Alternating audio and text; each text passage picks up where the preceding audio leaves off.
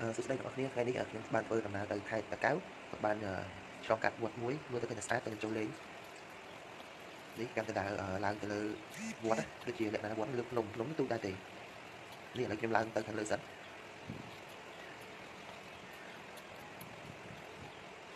ភ្នំហ្នឹងទូដែរទេមិនធំទេ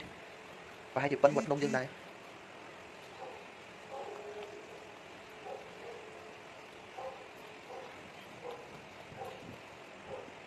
នេះឃើញតែស្អាតមែនតើពីព្រោះអី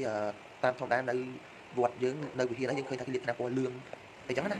ប៉ុន្តែនេះពណ៌ដូចជាពណ៌មានពណ៌ខៀវមានចំណុចពណ៌មើលទៅស្អាតមែនតើប្លែកស្អាតណាស់ហើយមើលទៅដូចថាថ្មីទៅកសាងដែរទេពេលខ្ញុំឡើងមកលេងមកអត់ទាន់មានលោកនេះដូចជាស្លាឆាន់